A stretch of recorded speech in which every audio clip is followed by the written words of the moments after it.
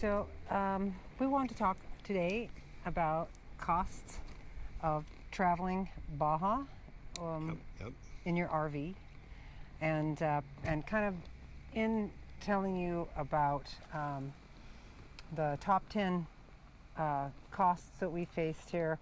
To also mention that this is an extremely affordable trip, and we did our first month between $600 and $800.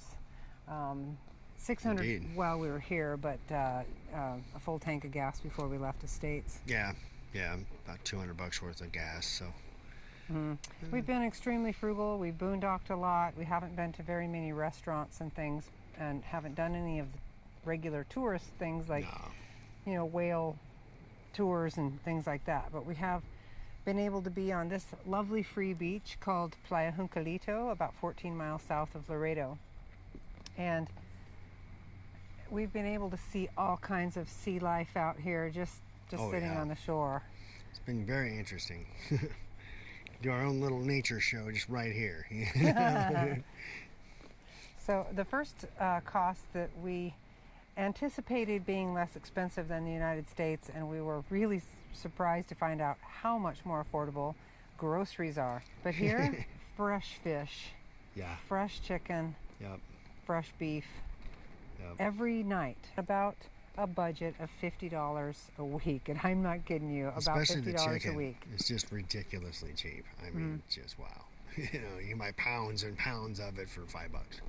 Yeah, it's pretty awesome. Pretty awesome. Even the fresh sea bass that we purchased was incredible. How many kilos was that? We got, well, it was brought to us.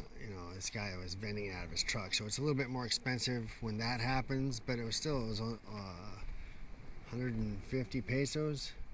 No, it was 200 pesos, but it was a whole kilo, so 2.5 pounds, 2.2 pounds of fresh sea bass. So that's right around all $10. filleted up, and It was right around $10, and it was easily 2 meals worth, two dinners. Oh, it was yummy. Yep. Oh man, fresh. So we're talking about $2.50 a piece for each meal. Yeah. Of fresh sea bass. Yeah. Caught right out here in the Sea of Cortez. Yep. It's pretty amazing, and most of the fish that you'll purchase here has not been frozen. No. It's caught daily. Yeah, they don't have time for that, and a lot of these guys don't have like freezer units and stuff, so they catch it, sell it, catch it, sell it, boom, boom. They put it on ice and coolers, and they go around to all of the beaches and all of the RV parks and things, and sell it out of the back of their truck. You betcha. And it is fresh. It smells great. It tastes great. It's pretty amazing. Awesome. Oh man. Eggs. Oh, eggs are about $2.29 for 30 farm fresh, shelf stable eggs. And some of them still have little stable pieces of feather still sticking to them. I mean, fresh eggs. Oh, they're so good, so good. The ones in the States, apparently, from what we've seen on the internet, can sit around for months in storage, being cold stored or whatever. These are not. These were laid like the day before. These are like grandma's eggs, right? Yeah. She just got them from her chickens, and she put them in a wire basket on the shelf. Yep. Or on the countertop. Sure. And they last a long time that way. But we go through eggs pretty fast, so we're not worried about any of the eggs going bad. Eggs are like the king of keto, so if you're doing the keto diet like we're trying to, then that's you can't go wrong with eggs. And we've done the keto diet by accident before too, so we know a high fat, medium protein, low carb diet is what we need to lose the weight that we gained in the States by eating so many carbs. Yeah. Okay. The second cost that we'd like to talk about is RV parks. Yes. We haven't been to very many. But we have checked out a lot of prices, and generally speaking, they're about $20 a night. Yeah. And ones that have monthly rates, that's really a huge range there. Rivera Del Mar is a really nice place in Laredo we're going to go back to, and she only charges $300 a month. And then in the summer, it's $60 extra if you want to use your air conditioner. So only $360 for a whole month, and it's only 2 blocks from the beach, and it's absolutely beautiful. Oh, it's a cute little place. It really is. And Yolanda Rivera runs it. Her mother had it, and now she has it, and she and her son are so nice. Yeah, they're good people. Good folks. And it would be nice just not to be boondocking for a while, to have full hookups. And their Wi-Fi was phenomenal. I mean, even the Wi-Fi you get in your coach, I mean, that was the fastest video upload we've seen in a long time. You're getting probably 2.5 megs up. So that's pretty amazing for, you know, trailer, RV park Wi-Fi. You know. And the other cost that we want to talk about that kind of goes along with that is how much the beaches cost. Well, this beach we're on right now is the first free beach that we've run into. And we got that out of this guide. Thank you, Andy Lane and Uncle Don, for this book by Mike and Terry Church. It's from 2009, so we weren't sure that it would come in handy, but it really has. It's been absolutely invaluable. And we weren't sure if this beach would still be free because a lot of prices have gone up, but it is still free. Sort of. There's absolutely nothing here. I mean, there's no water dump, nothing. But it's, I mean, you know, right? We are right on the Sea of Cortez, and it is nice and cool here. If you go away from the beach a little ways, it gets hot pretty quick. But right now, it's just beautiful. Oh yeah, this is gorgeous. And we found us a little dog friend. I don't know if you can see him down here, but, or her actually. But that came with the beach. This little puppy dog. We're sort of taking care of her while we're here, and then our friend Maurizio and his wife usually take care of her, but she's all the wild dogs down here is friendly. But we'll talk more about the wild dogs in the 10 strange things about Baja video. So most of the beaches we've seen are between 100 and 200 pesos, and that's between like $5 and $10, and it depends on really what kind of amenities they have. Some of them have pit toilets, some have flush toilets, some have showers. Cold showers usually. Some of them have hot showers, but usually cold. But just water for your RV and sewer dump is pretty much the basic necessities, and a lot of beaches don't have any of that. No. And the ones that do are costing between 150 and 250 pesos. Yeah, indeed. And then some beaches are just 100 pesos just for nothing. So yeah, the beaches are pretty inexpensive. You can drive your coach right down, especially the Bahia de Concepcion. Those beaches are all RV friendly. And, although they're all dirt roads in there too. So, I mean, the only one that we really saw was Santa's Pack is super short. But still, I mean, you know, right, you're going down a dirt road in your coach, okay? So make sure everything's battened down or it's going to be on the floor. It's a pretty rugged place, but it's worth it, as you can see. It's absolutely worth it. You know, this is a free beach. We've been here for about 3 weeks, and we're going to be here till the end of the month. For free? We could just stay for another month. But there is one cost. I'm going to talk about that at the very end. There is one hidden cost of this beach that you might find. Okay, so gas prices. What are the gas prices like down here? Brutal. It's $3 a gallon for regular, and it is not that great a gas. And they say it's 87 octane, you know, but the coach pings. It doesn't like it. You go climbing a hill and it's rattle. Was it better with the yes, we filled up with premium the last time we filled up, and that's got considerably more power.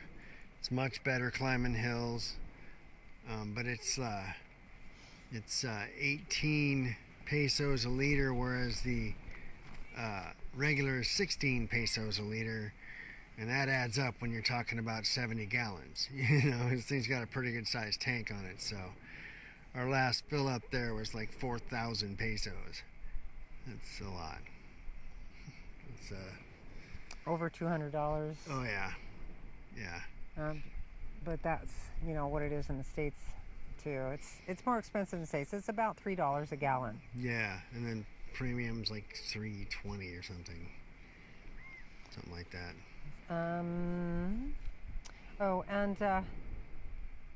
Another cost is changing your dollars into pesos. No matter what anyone tells you, you don't want to come down traveling Baja with a bunch of American dollars. Everything is going to be more expensive, and some places won't even take it. In fact, no place will take American change. If you got some quarters, forget it. You're not going to be able to use them unless you happen to go to a laundromat like in Mulegé, where it just takes American quarters. Yeah. Otherwise, but never mind. Whatever you do, don't go to a cambio, an exchange house, like in El Centro, like we did. Don't do it. It cost us 1,500 pesos to get $500 changed into pesos. It should have been about 10,000 pesos, and we ended up with 8,500. Yeah. So it cost us, in essence, about $80 to make that exchange, and you don't need to. All you need to do is come across the border, find a bank, a Bancomer, a Banamex, an Azteca, and it's going to cost you somewhere between 20 and 80 pesos to take your money out, and it just comes out in pesos. So, and then there's about anywhere from a $2.50 to $5 US, fee from your bank, right? Because it's a non-bank ATM, right? There's always in that. In Mulegé, they only had one bank, Bancomer. It cost 81 pesos to take out the. It didn't matter how much you were taking out. No, it's a per use item. So if you're taking out 7,000 pesos, which is about $376, is all it'll give you each day. Yeah. It costs 81 pesos to do that. Yep. And then about $2.50 for our bank. Your bank may vary. And our cards may or may not work. They're one bank, Bancomer. It set us up for a lot of anxiety when it came to trying to get our money out. That was awful. But in Laredo, it's larger. There's several banks, and an expat told us, a nice lady said, go to Azteca. It's cheaper and it's more friendly. Yep. Mike walked in to the ATM there, and first try got our money, and it only cost 20 pesos, which is about $1. Yeah, and about $1. And then our bank charged us $5. So $6 to get however many pesos you can get out of it. 7,000 or whatever their limit is. So I think it's a $400 limit in general. So yeah.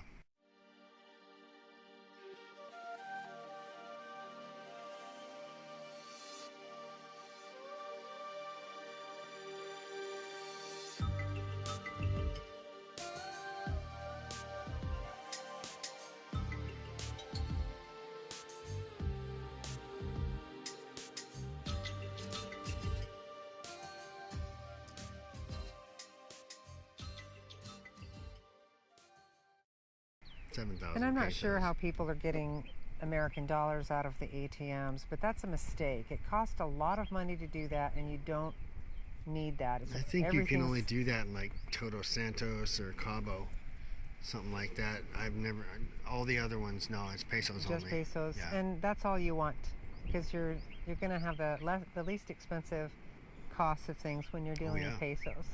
Yeah, there'll be a service charge if you want to use American dollars, because then they have to pay they have to convert it and all that, and so they'll charge you for it. They have to pay the exchange rate thing. Yep. Okay, so that hasn't cost us very much. That was pretty awesome. Mexican insurance. You've got to get that if you're going to drive down here past, I think, past the 20 mile marker or something like that. The point, I think, actually anywhere. Anywhere. They won't even let you cross the border unless you have the insurance. Because that was one thing they're really interested in seeing: our registrations and our insurance. Make sure that we're not bringing anything stolen in, and that's where the registration comes in. Yep. And insurance. We just canceled our insurance from the United States. It wasn't going to do us any good to have comprehensive down here, because even though it does extend to Mexico with some companies, you've got to be towed all the way back to the U.S. to the U.S. shop. So that really wouldn't work out. But just liability for us, all we did was Google it. Just Google Mexican insurance. We called the first company on the list. A nice lady told us the difference in prices between their two main companies, and it turned out to be kind of substantial. So we went with Ace, and that turned out to be, for liability, it was $260 for 6 months, and you pay it all at once. And for comprehensive, it was like $665, I think, for 6 months. Yeah. You pay it all at once. They don't have monthly, so that's a kind of a large bill to take care of before you come. And you want to do that before you come, and you want to set it up so that it goes active on the day that you are entering the country. Yep. So all in all, not as expensive as, you know, and of course that depends on your driving record probably. Sure, yeah, you know, the company you're with, your driving record especially, so. And we have the lowest insurance possible, really. We both have great driving records. Yeah. Drinking water. The cost for drinking water is incredibly cheap. Most stores have a machine. You take your 5-gallon or your 1-gallon, whatever you have in there, and it's only 10 pesos, for 5 which gallons. is like 50 cents for 5 gallons of really good drinking water. And we're Oregonian, native Oregonians, so we're used to really good drinking water. Huh. And this brand is, what we've seen mostly is Agua Amaquilada, and it is really good, I tell you. Tasty. Yep. Yeah, it's nice. Okay, the cost of restaurants varies greatly. It depends on where you're at. Yeah. And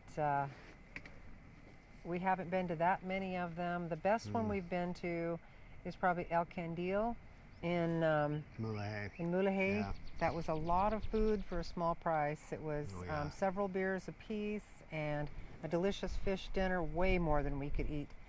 And really delicious and fresh fish. Awesome. And vegetables and rice and chips and salsa.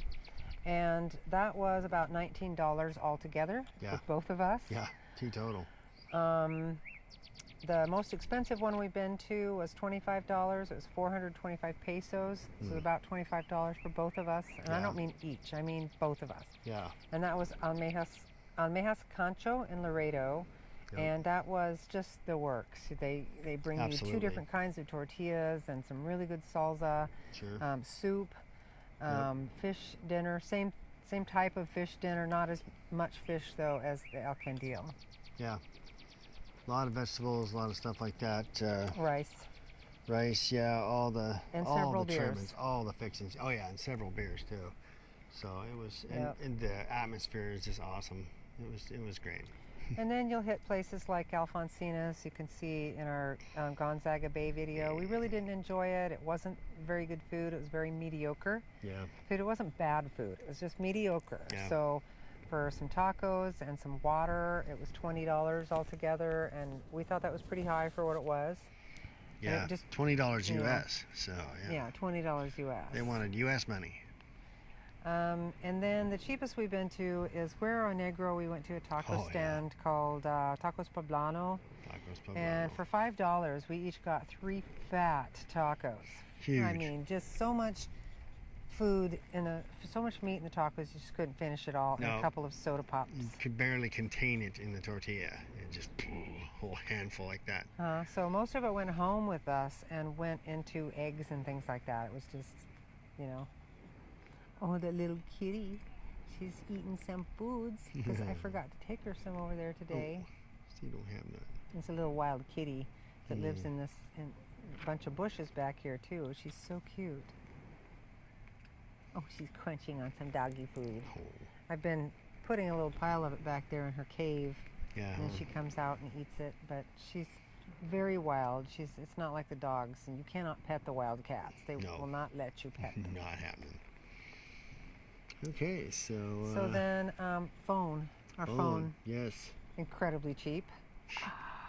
We just got our $800 bill from AT&T. Completely lied to us. Completely, absolutely misled us. Over $800. $849. They began charging us $10 a day 2 weeks before we even left the States. Yeah, first. And we just didn't realize it.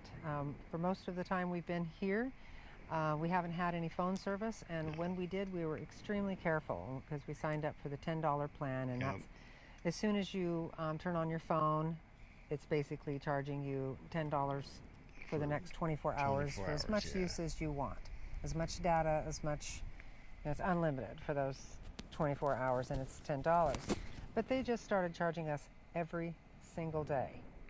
From 2 weeks before we left, it didn't matter if we were using our phone or not, it was off or not, or on an airplane mode or not. It didn't matter. So $800. So we canceled them, went to the Telcel store in Laredo, and it cost us 165 pesos. So about $8 for their SIM card and a couple days worth of data.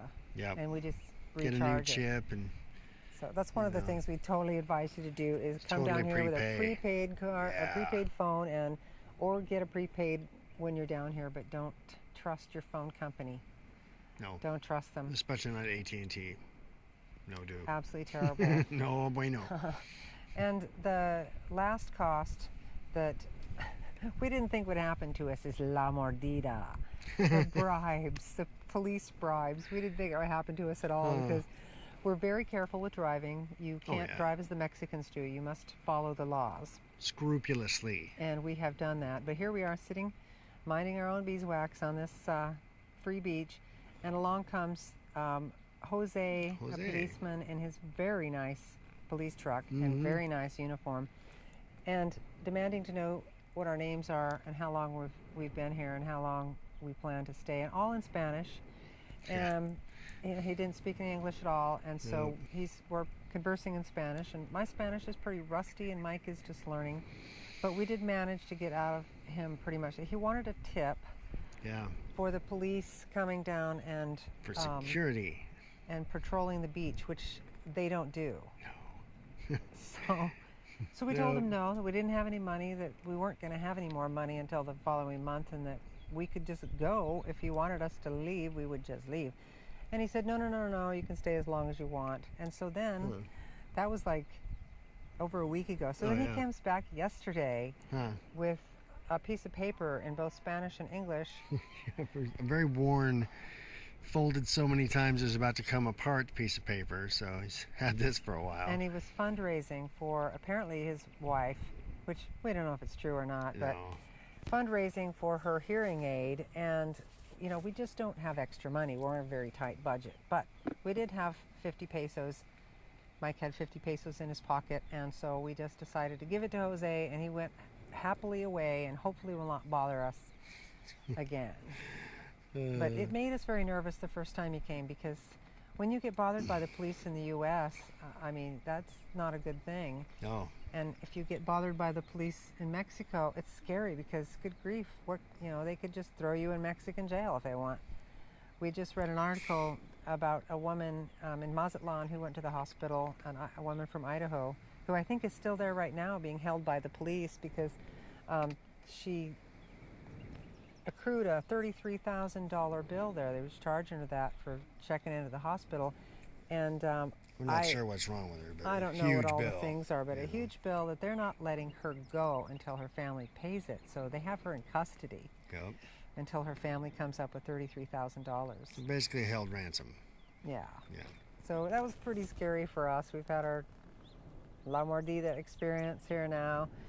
For the most part, though, all of the police that we've met or dealt with are very friendly, and they're not trying to get us or anything. But we haven't been in La Paz, which is apparently very notorious. We heard that's crazy in there.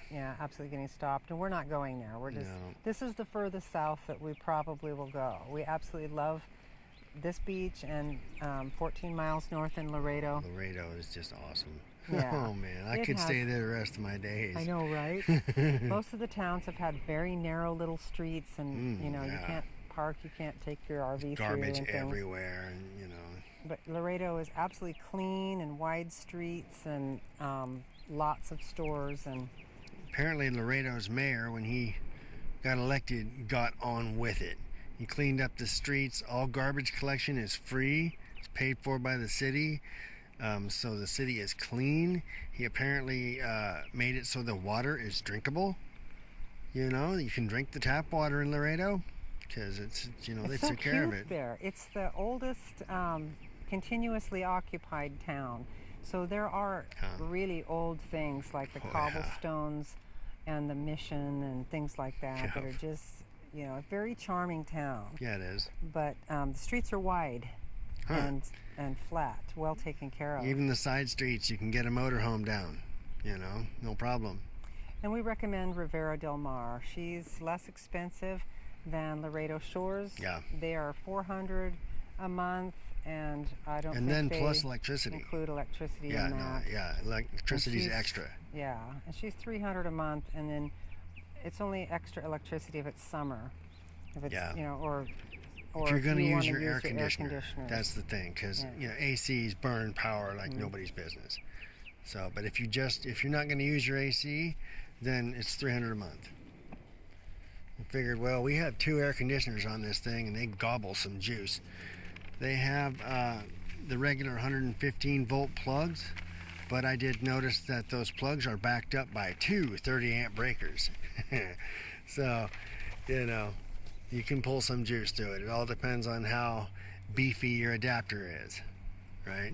So keep that in mind.